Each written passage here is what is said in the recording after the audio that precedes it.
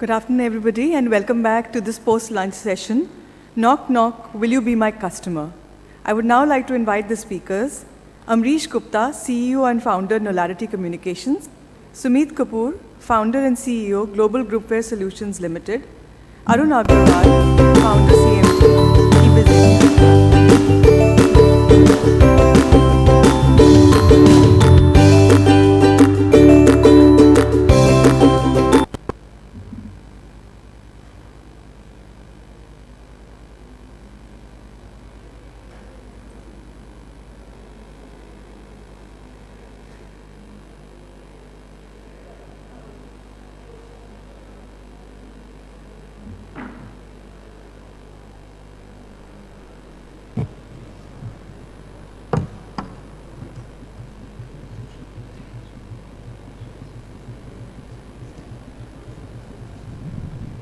Hello. So friends, let's knock on our customers' doors. Are you interested? What is the biggest challenge for our companies? The sales, right? If the sales happen, then everything else pretty much falls in place. To get a feel and to give our panelists a feel for the audience, may I quickly ask, I believe a lot of you, everybody needs sales?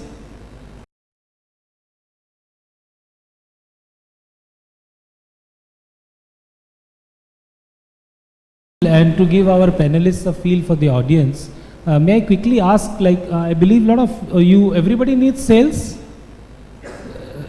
Everybody needs sales? Can I have a quick show of hands? Who needs to ramp up the sales? Okay, so most of you want to have more sales. And can we also ask you, do you have all software products, or are there people with non-software tangible products? Anybody with tangible products?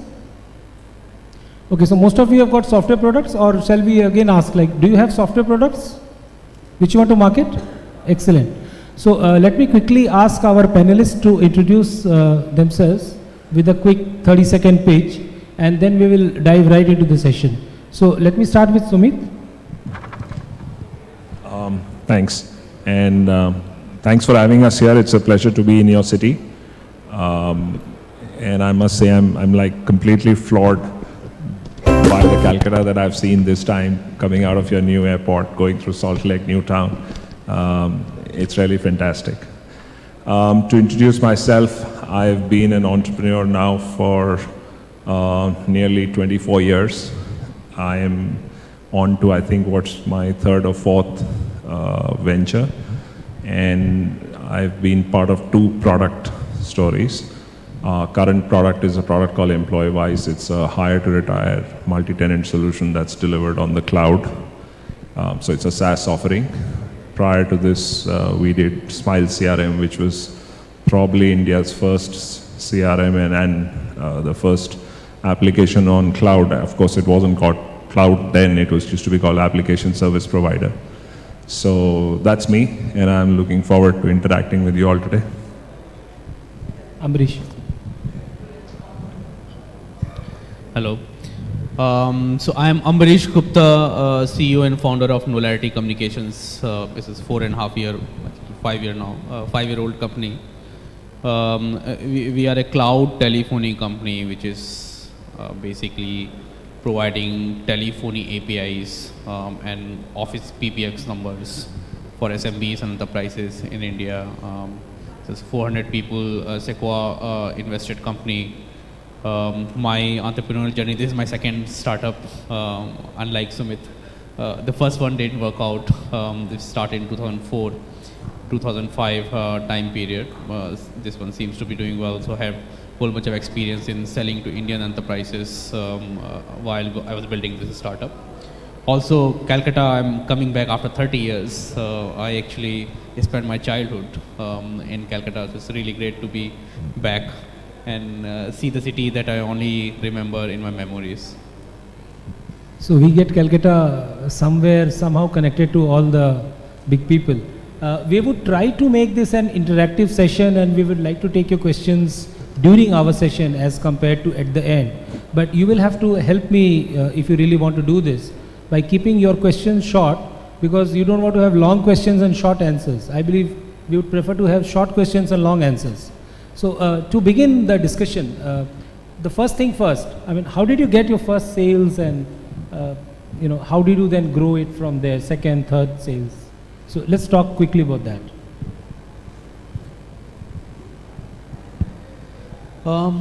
The first sales. For us, I think when you're trying to build up the company initially, many times your product concept is not very clear. You are not sure whether this product is going to sell or not, and you kind of have half-baked or maybe very minimal version of the product when you go and start talking with the customers, which is what happened with us as well. So I had a thesis that B2C company in India, which is anybody who has customers, would need some kind of telephone number where they can automatically respond to the customer queries when the customers call. And given that everybody has cell phones, so customer must be calling them. So there must be really a need for this kind of solution. That was there in US as well. So when I come back to India, I said that I'll go and talk with B2C companies. So what first thing that I did was build up the target, very specific definition of who all companies that I should go and talk. And what we, Knowlarity, ended up doing was make a list of around 20 companies. One, it should be B2C company. Second, we said that this company should be very progressive because we are talking about technology, selling technology to them. We don't want to go and sell technology to a tractor company in the beginning. They're not going to be that innovative. Third, it should be a fast-moving market. So they actually have a lot of pressure to make the customers happy. On the base of that, we basically made a list of around 15, 20 web companies who were B2C, so Naukri, Jeevan Saathi, Times Job, these kind of companies.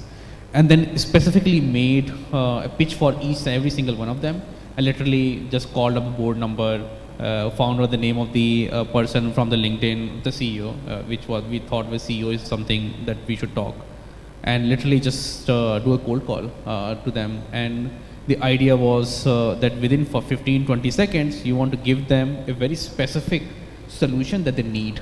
And if you can hook them in the conversation, they can invite you for an appointment. And that is where you can talk more. And it was very, very successful. So out of 11 calls we made, we closed 9. And that is how Knowlarity really started. We are jealous.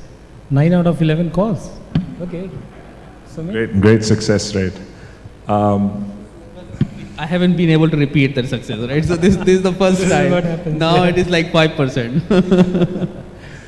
Right. So for us, there are two contrasting journeys. My first product, which is Smile CRM, was before I knew some stuff that I knew before I did my second product. So the first product, we pretty much went to people we knew.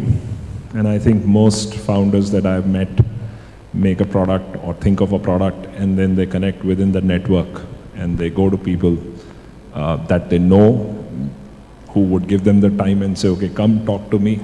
And they talk about it, and amongst that group, they will find somebody who's interested and they will go about doing this. Our second product was different because how many of you read Jeffrey Moore? Crossing the Chasm? Nobody? Okay, so if you haven't and you're a startup founder or you're looking at creating a market in a product software company that's young, I seriously recommend that you read that book. By the time we did our second product, we had an appreciation of the technology adoption cycle, which basically, in a nutshell, talks about how the market is about innovators, early adopters, then you have the early majority, late majority, and the laggards, and that's how the curve is. And having done the first product, luckily for us, it happened the right way.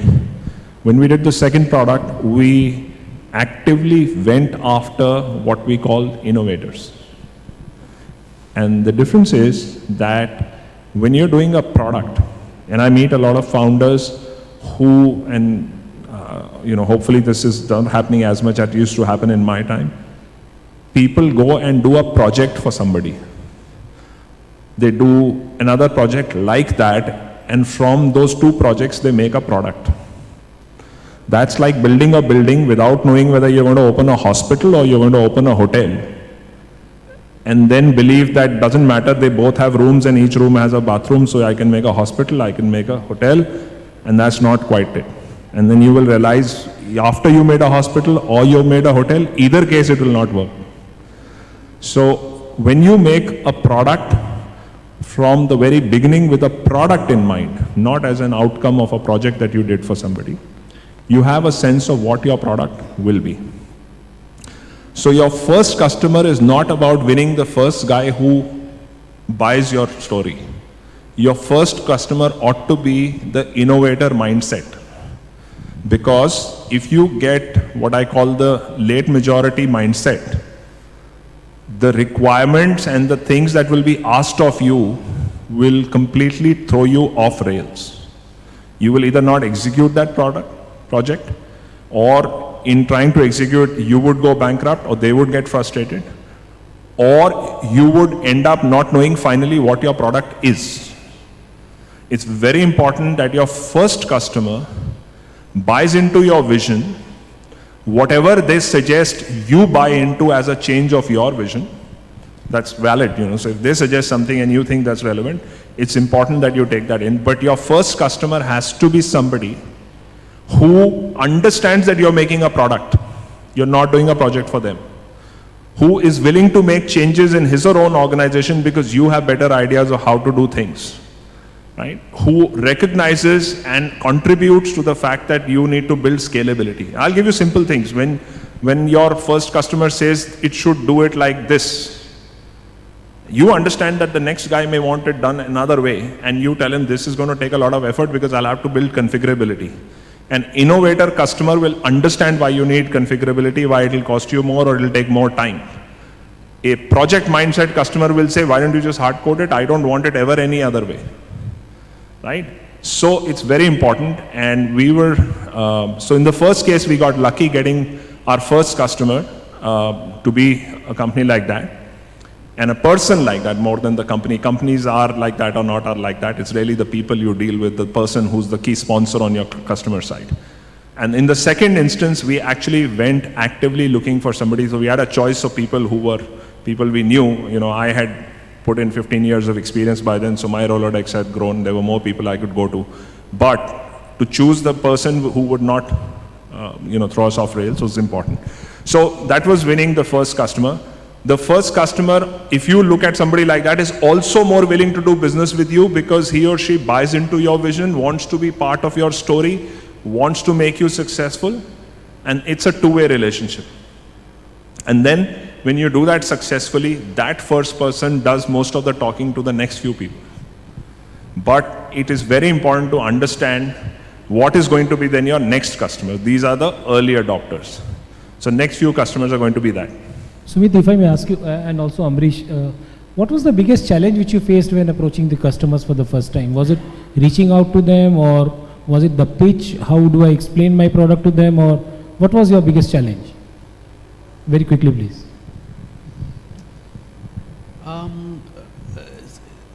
I think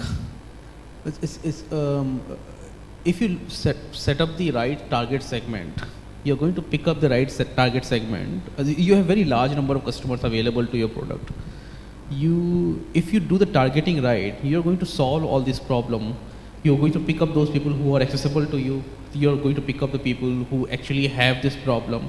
You're going to pick up again, put a filter on them and see those people who have the problem can understand the solution. And then you're going to, and then the last one is actually reaching out to them directly, right? So if you do the right filters, you by definition get those people who you can reach out, who can understand the problem, who understand the solution, appreciate the solution, and can pay for it, and for whom you can go and implement it. So you actually got a quick list of potential customers where you could reach out. We basically pre-solve this problem by just going to only those people where we will be successful, or chances of a success were they higher. very appreciative of your approach when they actually you reached out to them, or they had some resistance and you had to overcome that resistance? Well, so we kind of did the hook by telling them specifically a business case for them in the phone call itself when we talk with them, and how it will solve a very important critical problem for them. and then went there and explained the whole solution. I fundamentally believe if you're going to build up a great product if you're going to build up a great company, the initial customer should be totally wowed by what you're offering. If you have to do like a massive sales push there, maybe something is wrong in your product itself. Great startups are built in solving the problems which are literally painkillers, existing painkillers. It cannot be good to have solutions. So as Ambarish points out, guys, you have to have a very, very clear pitch. You have to do your filtering on the potential customers. If you try to sell to everybody, you sell to nobody. That's what we have already seen. I'll be coming to you. I'll give you a couple of more examples just to illustrate this point. So we did not go to, for example, manufacturing companies because we knew that even though they are also B2C companies, for example, large companies like Pepsi and Coke, which are our customer now, but we did not go to them in the beginning because we thought that if you go to them, they are kind of large company, they move slowly, they are not going to understand, there's going to be accessibility issue. Even though they can be massively impacted and have massive benefit out of this technology, we did not go to government. Even though government can get massively long sales cycles. Right, so long sales cycle, the person doesn't have, he will not probably understand the whole situation as well. We did not try to sell out of India in the beginning, right? So we did filtering right to increase the chances of success, and then had some success there. Let's take a quick question. You can speak loudly, please, instead of.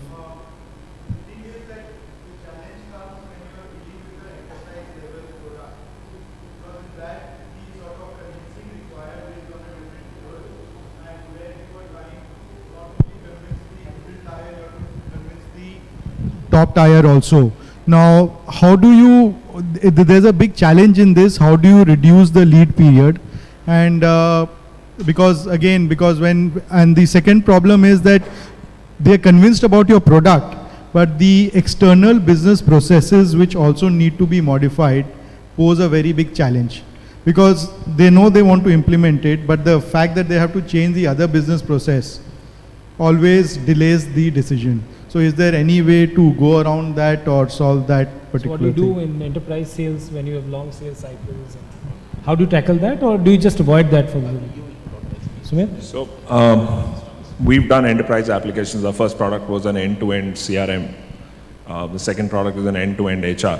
So these are both enterprise products. Our first customer for CRM was Xerox, which is as large an enterprise as you get. I mean, and I'm talking about 98, when Modi Xerox was really a very, very large name and excellent customer service track record. With our HR product, our first few customers were companies like Sony and Masai Glass and these. So they're all large enterprise customers. So just to tell you that, yes, that's the space that we are in. See, the difference is that each one of these big companies and each one of these first customers of ours were not behaving with us like big companies behave. Right? A big company, that's why I said, if you are a startup in technology, don't look at demographics and psychographics. Don't look at large company, small company, enterprise, non-enterprise. Look at behaviors. So we do market segmentation not on size but on behaviors. My buyer's behavior. Is my buyer innovator mindset? Is my buyer risk-averse mindset? It doesn't matter whether he's a small company or he's a large company. So we got the guys who were not. So we went to a company.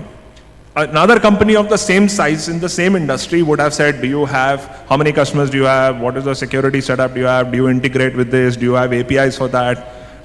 Do you have a 24/7 help desk? Can you show me some implementations? But in the same segment with the same product of a company of the same size, I found somebody who said, I know you don't have a customer and I don't.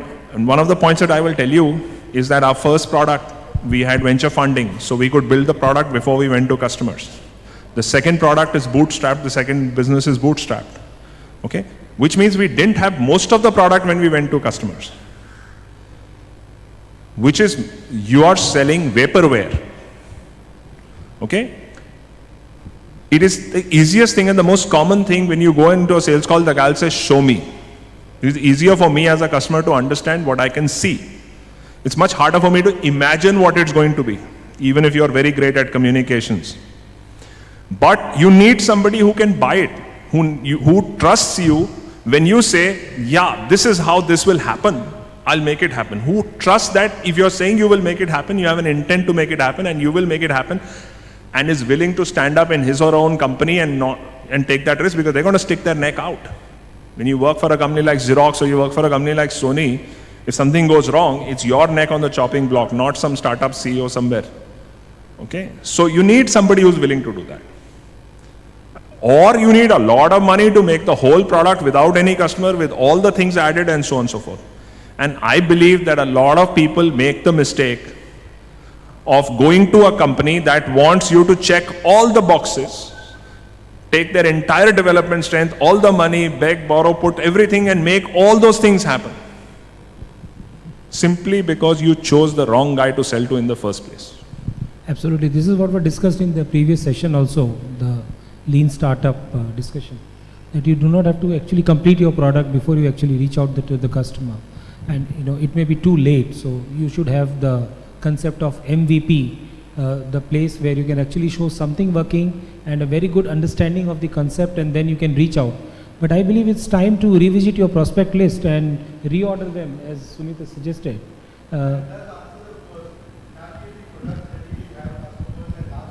Yeah, so look for the innovators who would actually be accepting your ideas. I think it's good that what you said is to look at the behavior rather than the market Absolutely. segmentation.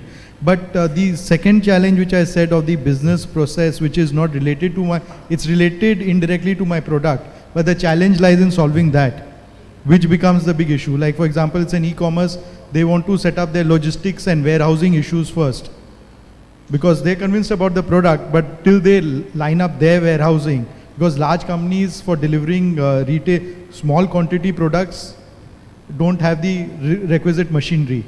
So there they get stuck. So now that solution is something which I'm unable to give, that only a warehousing guy or somebody related in the company can give. See, you can't be waiting for a big size customer to make things fall. As a business, you will die. You will die waiting for them, it won't matter. Okay? And that's, again, I'll come back at the risk of repeating myself, choose your right customer. Okay? Because whether it is building new functionality or waiting for monetization of functionality, you have gotten into a game that is not yours. Right? If you have a stamina to be on court for 20 minutes, don't go and fight a match which may run into an hour and 40 minutes. You know what's going to happen. So who are you kidding?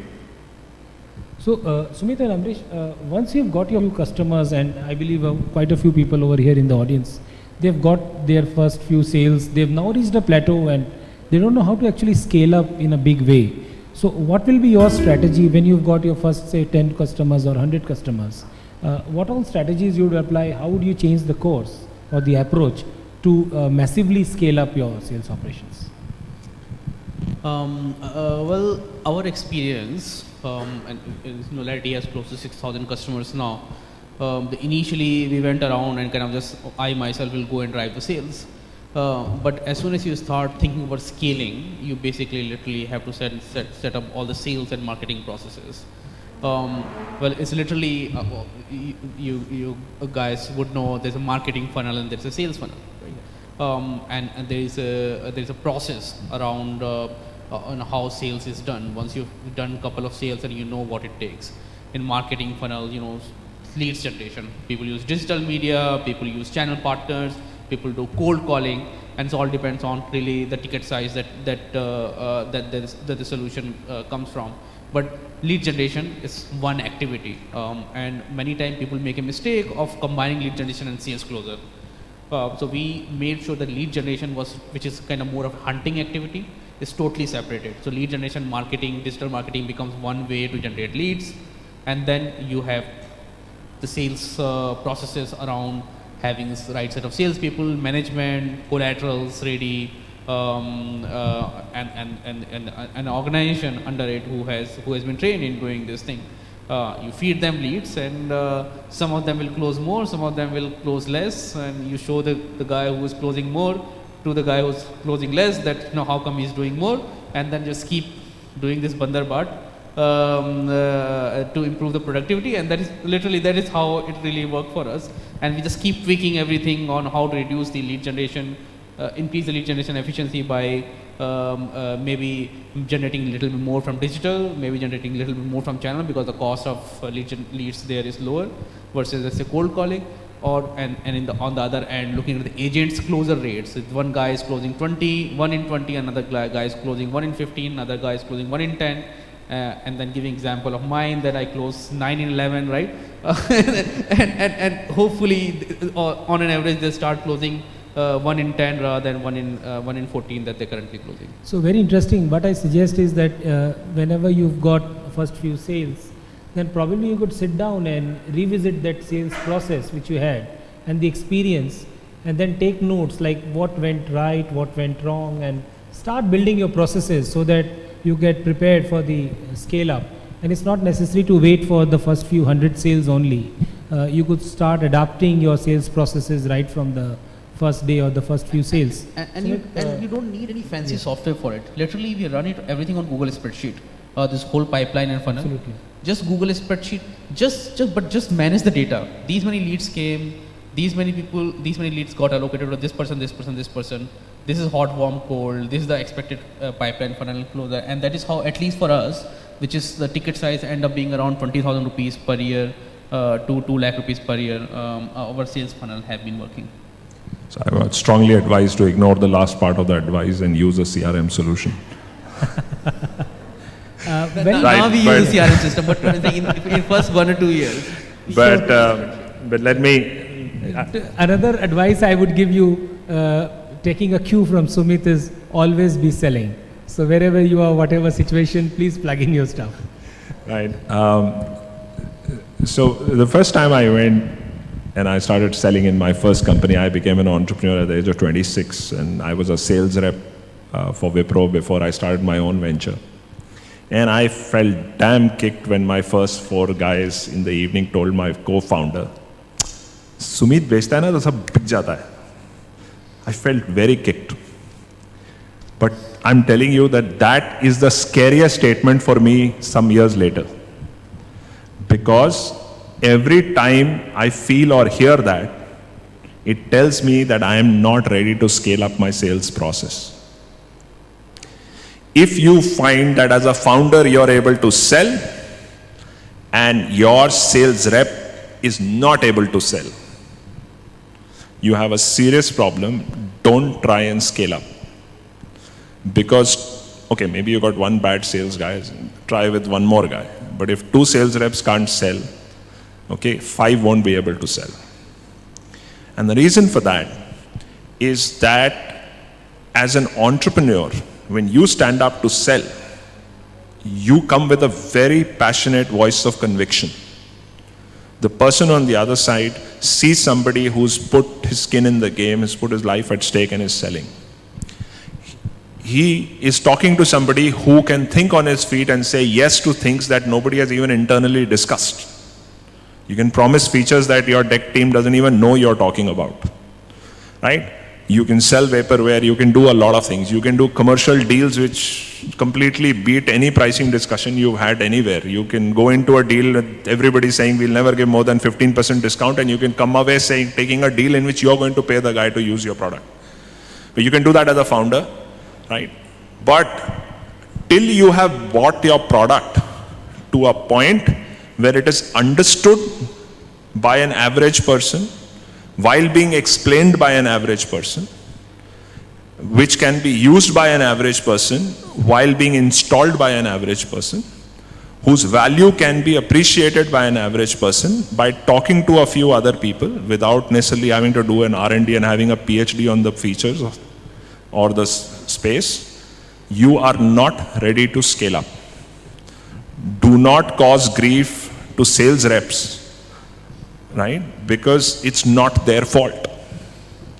So get to that point when you can see that, yes, an average salesperson, see, you're going to be in a sales call where you're itching to step in and take the control of the presentation. Where the guy's asking a question and your guy's giving an answer and you're saying, no, that's not how you answer it. This is how you should answer it.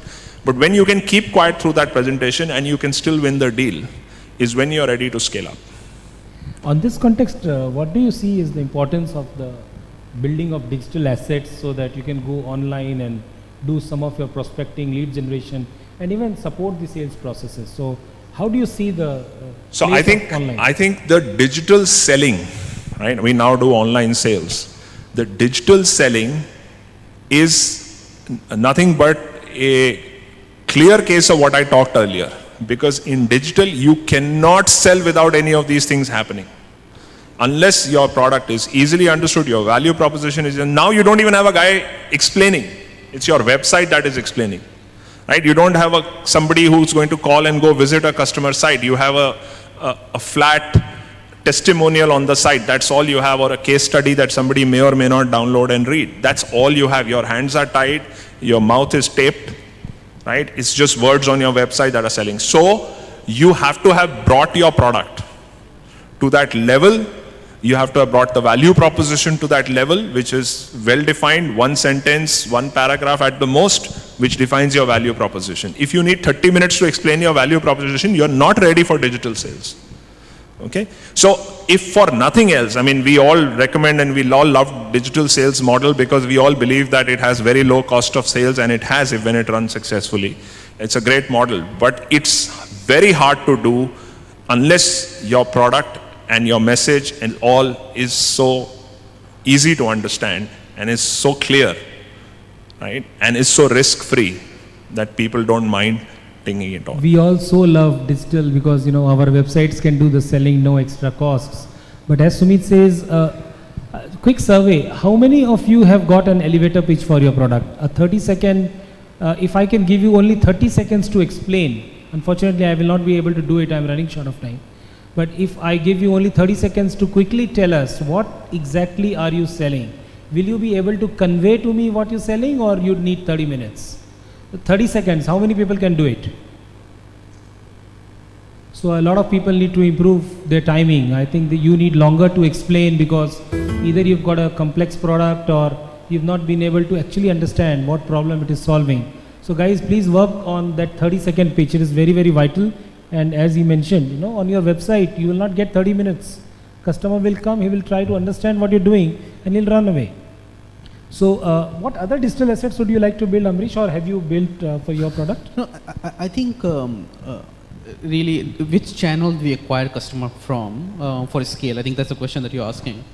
And I think you need to, anybody who's running a business, if there's a large enough market, you go back to sales economics, or actually the product economics. So let's say that the product is a 1 lakh rupees product, and to have proper profitability in that product, let's say, you know, the cost money that you can potentially spend is 25,000 rupees, right? Kind of numbers. At that time, if you're willing to spend 25,000 rupees to acquire a customer for this product, digital may not be the most efficient way to acquire a customer. In India, is fortunately inexpensive to build up a sales army. So in that case, maybe your really answer is just to build up, you know, 1,000 people sales army, and then you can get people to do this, to go out and sell. And then you also do digital, but then maybe digital doesn't have that much of scale available to you. You can generate those many leads. So the point is, whether you choose channel partners, or you choose tele-sales, which is, you know, on selling on telephone, or selling face-to-face. So there's a face-to-face, tele-sales, channel partners, and digital. These are literally 4 block, large, roughly way of acquiring customers, and they can scale. You should choose which one, what mix you are going to use to acquire customer based on how much money you can spend. If you can spend up to 25,000 rupees, I'm just giving very rough numbers. If you can spend 25,000 rupees per acquisition, then maybe face-to-face makes a lot of sense. Just to interrupt you and take this point forward, have you had situations where you've started the sales process offline by doing, you know, either reseller or face-to-face or something, and then referred them back to a digital asset like a website page for further reading or something?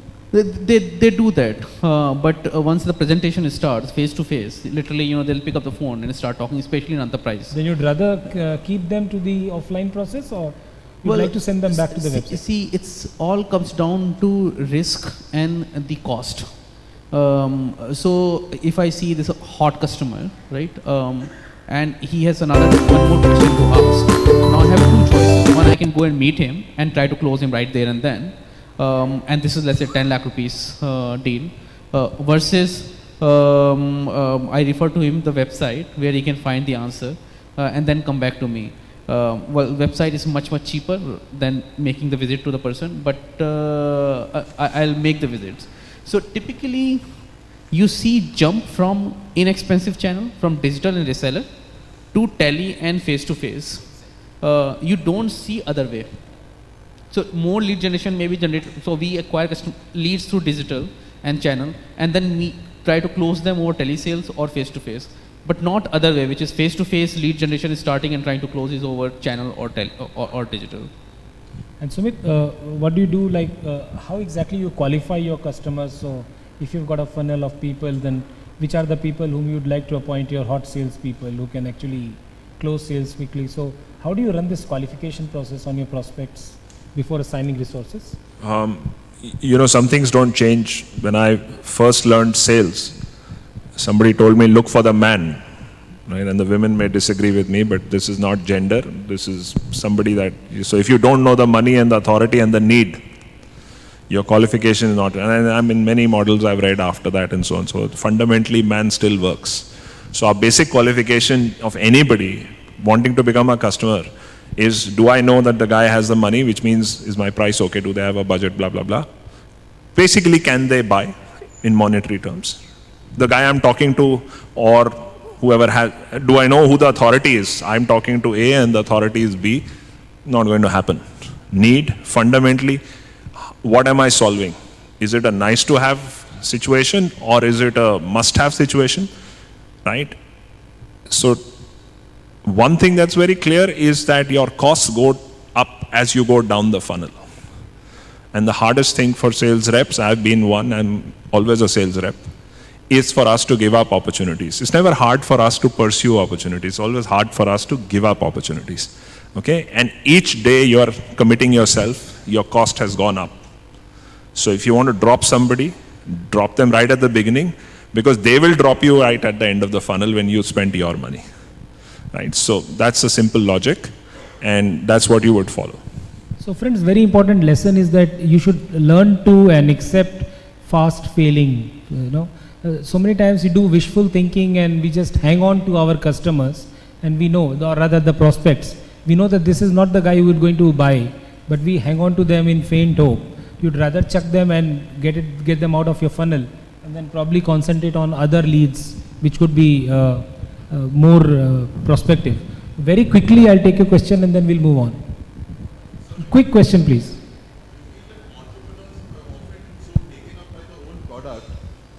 That entrepreneurs are often taken up by their own product so much that they really cannot communicate it down the line to their own sales team.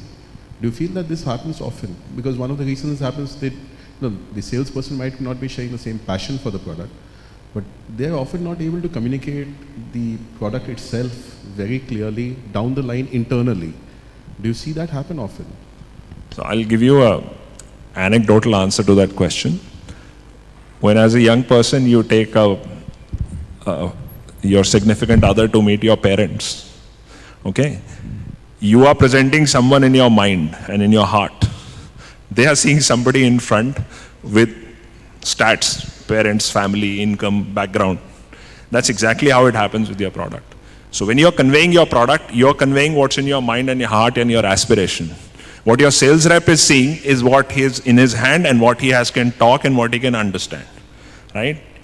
And so if there is a disconnect, most entrepreneurs tend to say, what a crappy sales guy I have here. This guy has no passion, doesn't have passion, is not optimistic, he has a negative attitude, forget him, change him, hire a new guy. But recognize that the image you're saying is only in your eyes, nobody else outside can see it, and that's the problem. The problem is not the sales guy. You have to pass on the passion. Very interesting. Success teaches us a little, failures teach us a lot.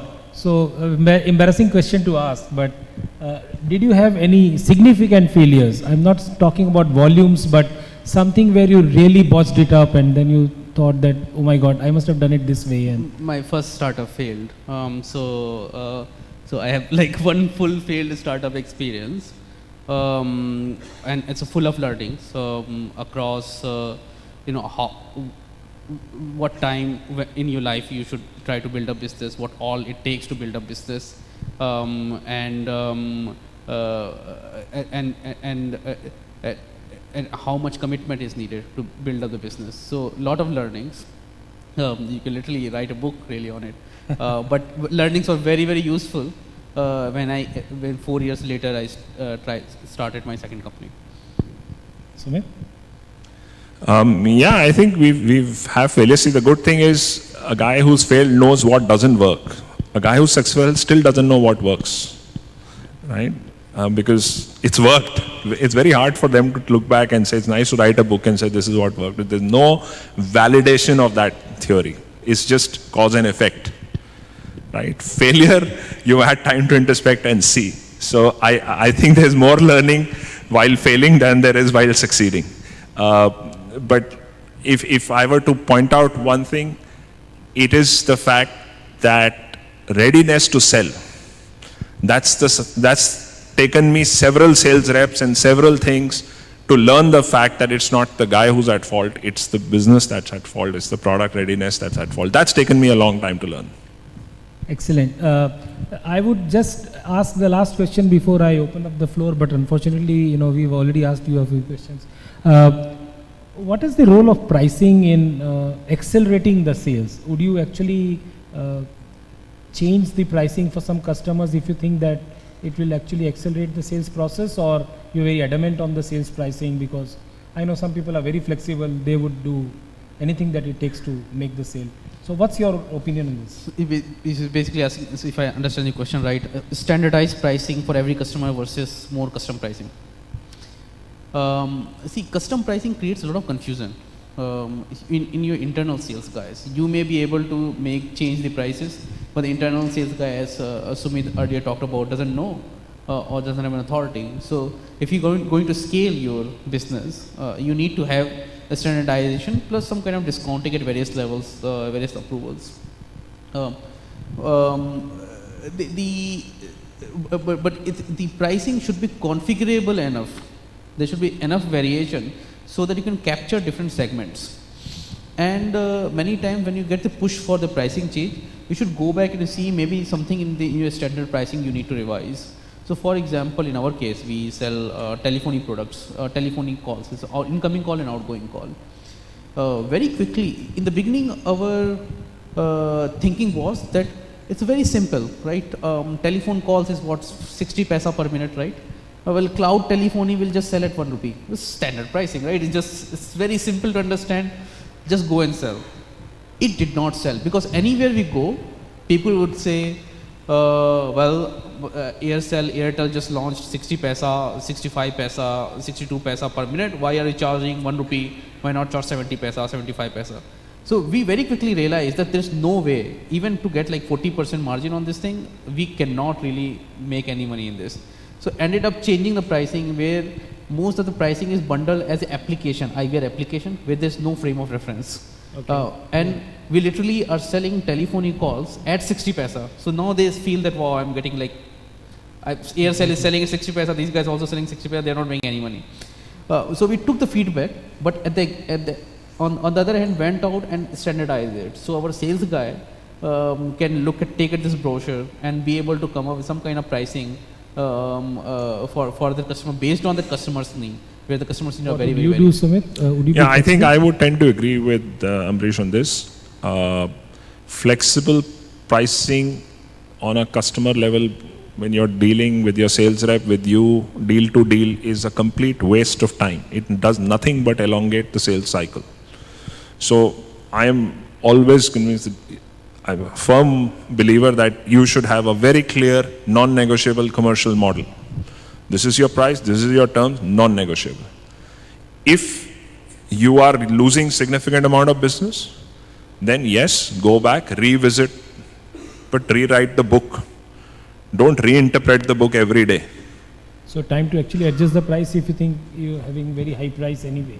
But don't do it for a customer. So I will also add, in my first business, we probably lost 70-80% of the deals we went to in our first year. In the second year, there was a third year, there was a newspaper article which said 100% advance, no discounts, and our pictures and our story in that newspaper article. We got to be known in the business as a company that does that. Gave my reps a lot of confidence. The moment somebody said price, they said, sir, ye price hai, take it or leave it. That message went down. Some people were offended. There are always that 10% habitual negotiators who will not. But fundamentally, once you've established a price, it has to reflect a certain value that you believe you deliver to the customer. Most of the times, if you have a significant price issue, either your book is wrong, which means your assumptions are wrong, or you haven't sold enough value. The worst thing to do is to buy stories like, we'll give you 20,000 users and we'll give you 50,000 users and we'll have 50 companies, and if you give this price, I can get my entire industry community to become your customer. Sorry, don't buy that crap. It never comes true. We faced it all over our life. So you please make it cheaper for us, and then I am going to get you 100 customers. That day never comes. All of them know this guy. They all will ask, and you'll end up giving the same price to all of them. Make it cheaper and cheaper. On that point, actually, I have people swarming over us all from all sides. So we would have to quickly close it. But I would like to share one interesting insight. Is that when people talk about the price, if they are ready for your product, they will buy it at whatever be the price. Of course, not obscene prices, but any reasonable price they will pay. And they will not talk about the price. If they're talking about the price, you've not communicated your value proposition, what exactly it is going to do for them. Then only they are actually haggling on price. So if you can be stiff on your price, that is fine, and it actually hurts your top line and bottom line to make negotiations. So friend, let me just take one question from the audience. I'll come to you if I can, but I have, you can see people chasing me from there. So would you like to ask one last question, but you have to be very, very quick. Any questions, or shall I move on to Abhishek? Okay, Abhishek.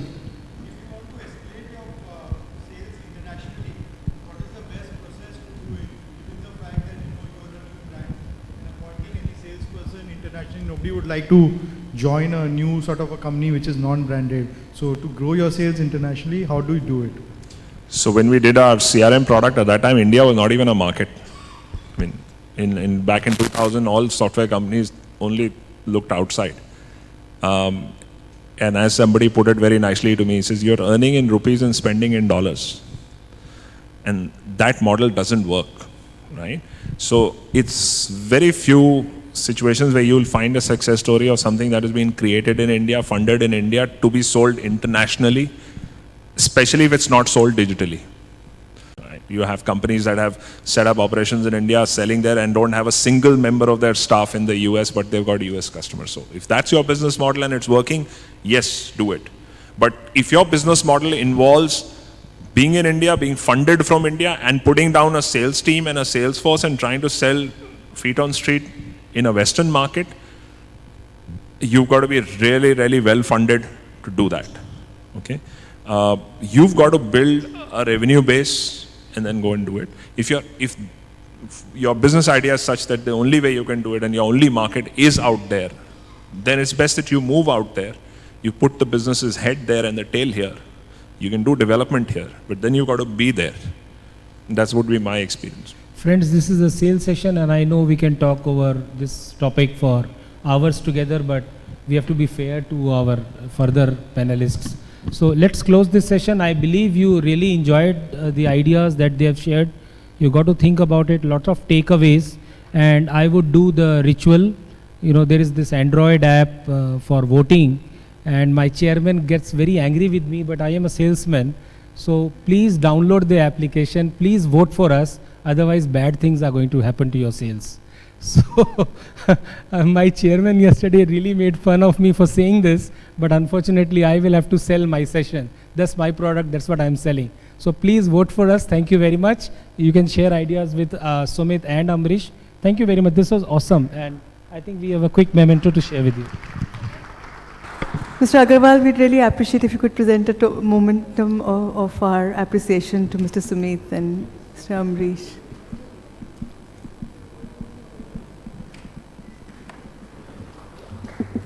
Nirupam, request you to present a memento to Mr. Arun Agrawal.